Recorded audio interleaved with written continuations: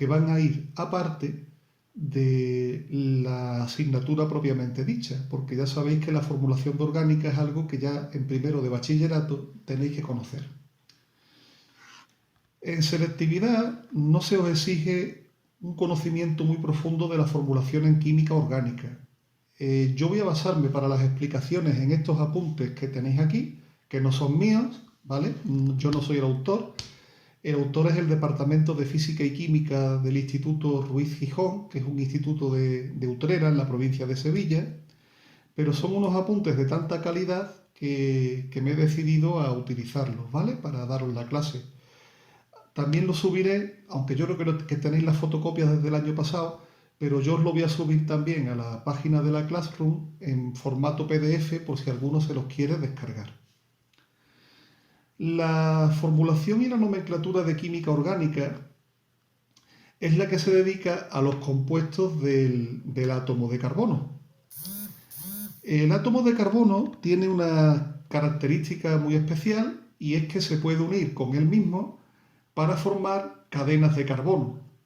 Y claro, estas cadenas hacen que existan muchísimas posibilidades para formar compuestos orgánicos. Por eso la formulación orgánica es tan complicada. Aquí tenéis algunos ejemplos de compuestos orgánicos donde podéis ver cadenas de átomos de carbono, ¿vale? Más o menos largas, más o menos ramificadas, y eso explica por qué motivo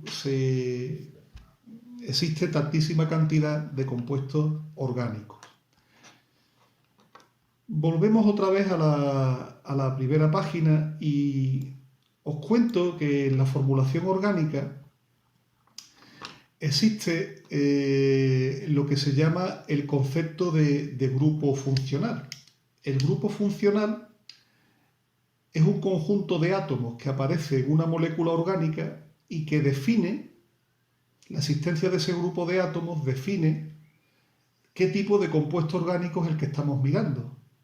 Por ejemplo, si en una cadena de átomos de carbono aparece un grupo OH, pues sabemos que posiblemente ese compuesto orgánico sea un alcohol.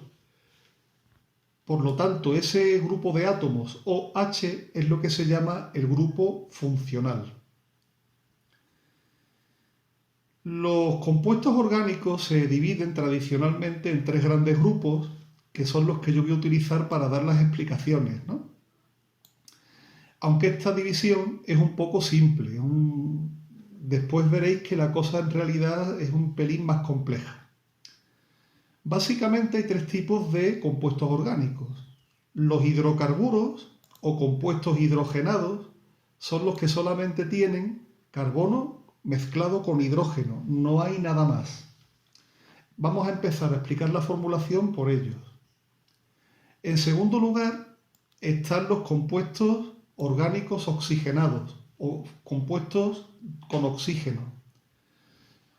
Estos, los más importantes, son los alcoholes, los éteres, los aldehídos, las cetonas, los ácidos carboxílicos, los ésteres y las sales. Además, en estos apuntes, en este parrafillo, están citados en el orden en el que se van a explicar. Y por último tenemos las funciones nitrogenadas. Las funciones nitrogenadas fundamentalmente son dos, las aminas y los nitrilos. Como podéis ver, en los apuntes hay otros dos, amidas y nitroderivados. Lo que pasa es que estos compuestos son un poco especiales porque además de tener carbono y nitrógeno, también tienen un poco de oxígeno y por eso son un pelín especiales. En todos los compuestos orgánicos suele haber una cadena de carbono, como ya os he dicho, y esa cadena de átomos de carbono, el número de átomos nos va a indicar el nombre del compuesto. Es decir, si una cadena de carbonos tiene 6 carbonos, pues el nombre del compuesto empezará por el prefijo ex, que significa 6. Si una cadena de carbonos tiene 2, pues el prefijo de la cadena será et, que significa 2 en formulación orgánica. Cuando un compuesto orgánico solamente tiene un átomo de carbono, es decir, no tiene ni siquiera una cadena, el prefijo, por ejemplo, es met. Bueno, pues aquí tenéis en esta tablita los prefijos para las cadenas de hasta 10 átomos de carbono. En selectividad, con que os sepáis esto, vais de sobra, os lo aseguro. Normalmente los problemas de formulación de selectividad, como mucho, suele haber cadenas con 6 átomos de carbono, como mucho. Pero bueno, no está de más saberse los 10 primeros.